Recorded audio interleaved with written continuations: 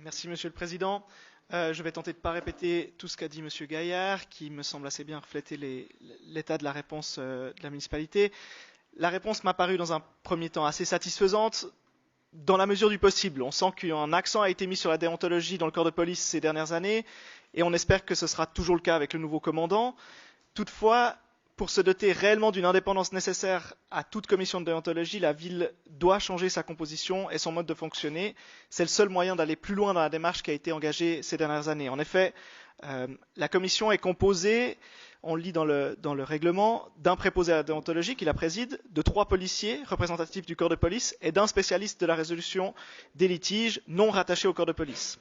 C'est-à-dire 4/5 de policiers, puisque le président, comme on le lit dans les réponses de la municipalité, est un policier, 4/5 de policiers pour juger de la déontologie dans la police, pour juger de plaintes émises contre des policiers.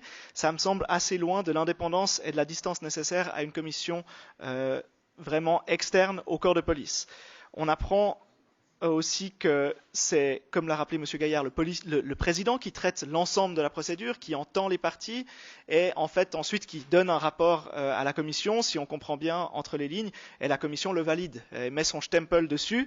Donc en gros, c'est un policier qui instruit, qui entend, qui fait les procès-verbaux et qui envoie à une commission où il y a un seul représentant non de la police qui va valider cela.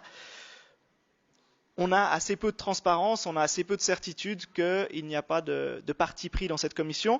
Et quand bien même, je pense qu'on peut se dire que les personnes le font avec toute la distance nécessaire et l'indépendance intérieure nécessaire, en tant qu'image donnée par cette commission et en tant qu'image donnée à la population, ce n'est à mon avis pas un bon signal. Et il faut être beaucoup plus clair sur le rôle de cette commission et sur son indépendance d'esprit.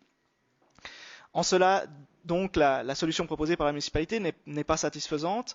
De même, comme l'a dit M. Gaillard, l'information sur cette commission n'est de loin pas suffisante, car pour un quidam, la différence entre le ministère public et la police n'est pas aisée.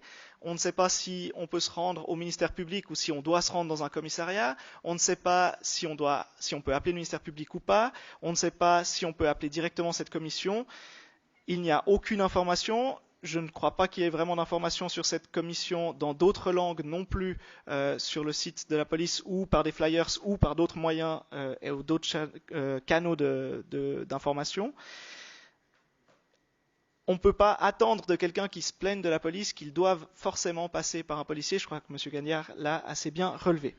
Et finalement, une dernière chose qui m'a quand même surpris, c'est le nombre de cas qui ont été soulevés dans cette commission. Malgré l'ensemble de ces barrières qui sont, à mon avis, de facto existantes, alors est-ce que ça serait supérieur avec une gestion réellement externe au corps de police? Je pense que c'est important de le savoir et en tout cas, je pense que la municipalité doit aller vers quelque chose de plus neutre, de plus indépendant.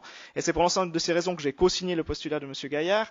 Et j'espère que la situation évoluera, certes, dans la direction prise par la municipalité ces dernières années, mais avec un peu plus de cran, avec un peu plus de transparence et avec un peu plus d'indépendance que c'est le cas aujourd'hui.